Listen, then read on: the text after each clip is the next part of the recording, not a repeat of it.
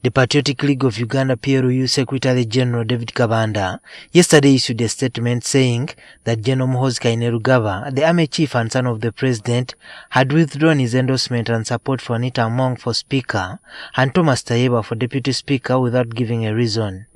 They said they would instead support whoever is endorsed by the National Resistance Movement chairperson, Yoweri Kaguta Museveni. That the endorsement of the Right Honorable Anita Among and Right Honorable Thomas Tayebwa as candidates for Speaker and Deputy Speaker respectively for the 12th Parliament of Uganda via the letter dated 11th March 2026 is retracted and withdrawn with immediate effect. 2. That the leadership of the Patriotic League of Uganda encourages its honorable members-elect to support the candidates that will be presented to them by His Excellency the President for the position of Speaker and Deputy Speaker. 3. That in the Patriotic League of Uganda, we follow the command, instructions, and guidance of our chairman. This comes as 6 candidates contest for the Speaker's seat, including Anita Among, Norbert Mao, Persis Namuganza, Florence Akika Simwe, Lydia Wanyoto, and York Allion Odria.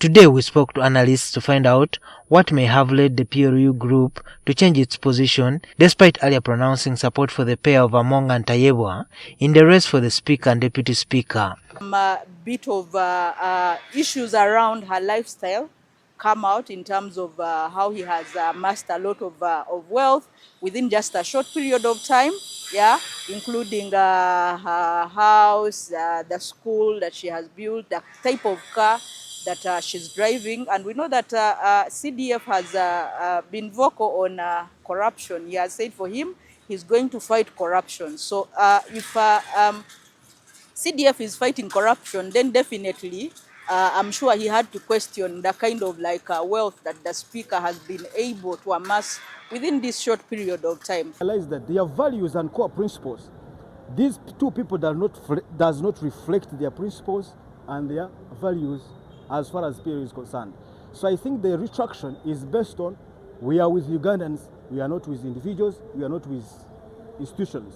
We asked the analysts how a pressure group could wield so much influence within an already established political party like the NRM regarding the choices it makes. This was their response. Young Mr. Muhoozi has used these fantastic Twitter handles and made pronouncements whether or not relating to PLU, and these things have come to pass. So since he is the official chief of this very privileged political organization within NRA, you would suggest therefore that whatever they do, not always, but some of them will matter. Who are so influential when it comes to the politics of that day. One of them lately is definitely the son of the president. So whatever it is he says, we've definitely seen that it gets done. So given that he's the leader of PLU, we definitely know that there is something that is coming towards that direction.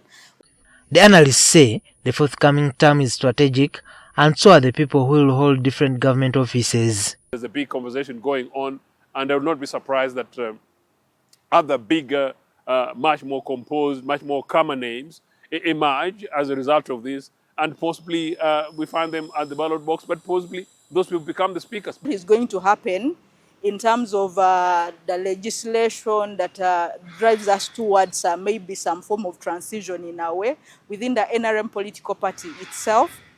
So I'm sure that whoever it is that is going to be placed in a position will strategically be placed in there for a reason. The move comes after the NRM Central Executive Committee (SEC) recently issued a statement endorsing Anita Among and Thomas Tayebwa. However, while the NRM elected MPs were in Chankwanzi for their caucus retreat, Museveni said a decision would soon be made on who would carry the NRM flag for the Speaker position. What now remains awaited is the official name from the SEC for the post of the Speaker. Juma Kiria, NTV.